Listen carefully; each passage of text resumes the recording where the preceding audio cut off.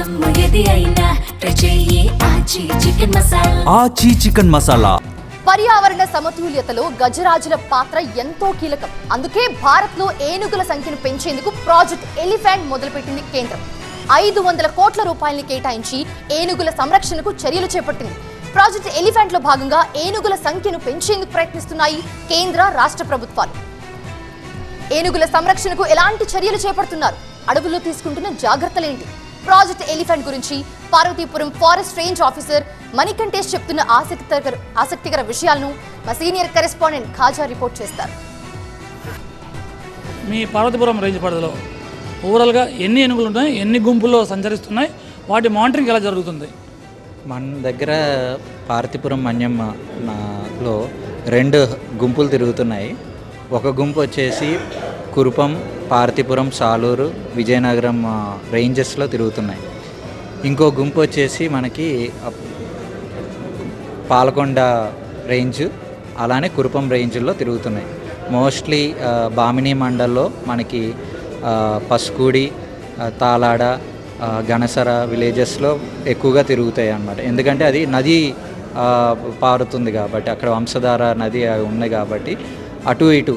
ఇప్పుడు ఈ సంవత్సరం ఎక్కువగా ఏనుగు ఒడిశాకి ఆంధ్రాకి ఎక్కువ తిరుగుతున్నాయి అన్నమాట. కుంకి ఏనుగులు ప్రస్తుతానికి ఇప్పుడే వచ్చాయండి. ప్రస్తుతానికి మన కుంకీలు చూసి అయ్యి కొద్దిగా భయపడి బెదిరిపోయి ముందుకు వెళ్ళటానికి చూస్తున్నాయి. మన కుంకీలు 2 ఉన్నాయండి, అభిమన్యు జయంత్ వచ్చాయి. మానిటర్ చేసేటప్పుడు ఈజీగా ఉండటానికి మనం కొన్ని ఇన్స్ట్రుమెంట్స్ యూస్ చేస్తున్నాము. అవి ఏంటంటే నైట్ విజన్ బైనాక్యులర్స్. ఇదేంటంటే మనకి నైట్ కూడా ఏనుగులు సౌండ్ వస్తాయి కానీ కనిపించవు చీకట్లో. సో చీకట్లో ఇది మనం యూస్ చేస్తే అవి ఎక్కడున్నాయి అనేది 150 మీటర్స్ దూరంలో కూడా మనకు కనిపిస్తాయి అన్నమాట. సో ఇది వచ్చేసి మనకి కెమెరా ట్రాప్. ఈ యూజువల్గా అడవిలో పెడతాము. అవి ఏదైనా మూమెంట్ ఉంది అంటే మనకి SMS అలర్ట్లు వస్తాయి. At the same time memory photo కూడా క్యాప్చర్ అవుద్ది అన్నమాట. ఏ జంతువు అయినా సరే దీని ముందు నుంచి వెళ్తే క్యాప్చర్ అవుద్ది అన్నమాట. ఇది వచ్చేసి బైనాక్యులర్స్ హై రిజల్యూషన్. ఇది ఎందుకు యూజ్ చేస్తామంటే మోస్ట్లీ ఏదైనా ఇంజ్యూరీస్ ఉన్నా లేకపోతే చాలా దూరంగా ఉంది అన్నప్పుడు మనం దీన్ని యూజ్ చేస్తే, అంటే డీప్ ఫారెస్ట్లోకి వెళ్ళినప్పుడు మనకి కనిపించవు. సో హై రిజల్యూషన్ యూజ్ చేసుకోవచ్చు అనమాట. ఇది వచ్చేసి డ్రోన్స్. అది అడవిలోకి వెళ్ళినప్పుడు మనకు కనిపించినప్పుడు ఈ యూజ్ చేస్తాం అనమాట. ఇది వచ్చేసి డాట్ గన్, సెడేషన్ ఇయటానికి అనమాట. ఏదన్నా ఎలిఫెంట్ మనకి ఇబ్బంది పెడుతుంది అనుకుంటే, చంపేస్తుంది మనుషుల్ని వీటిని అంటే, అది అప్పుడు యూజ్ చేసి వాటిని సేఫ్ లొకేషన్కి అంటే రెస్క్యూ చేయడం కోసం యూజ్ చేస్తాం అన్నమాట. ఇదేమో GPSS. ఇదేంటంటే ఎలిఫెంట్ ఎక్కడ నుంచి తిరుగుతుంది అనేది మనకి కోఆర్డినేట్స్ అవి కావాలి అనుకున్నప్పుడు వాటి గురించి ఏ డైరెక్షన్లో వెళ్తుంది ఇవన్నీ తెలుసుకోవడం కోసం GPS. ఇది వచ్చేసి మనకి కెమెరా ట్రాప్స్ వచ్చేసి మనకి వైల్డ్ లైఫ్, అడవిలో వాటర్ దగ్గర కానీ వీటి దగ్గర కానీ ఏమేమి వైల్డ్ లైఫ్ ఉంది అనేది ఫొటోస్తో క్యాప్చర్ చేసుకోవటం కోసం ఈ కెమెరా ట్రాప్స్ అనేది యూజ్ చేస్తాం.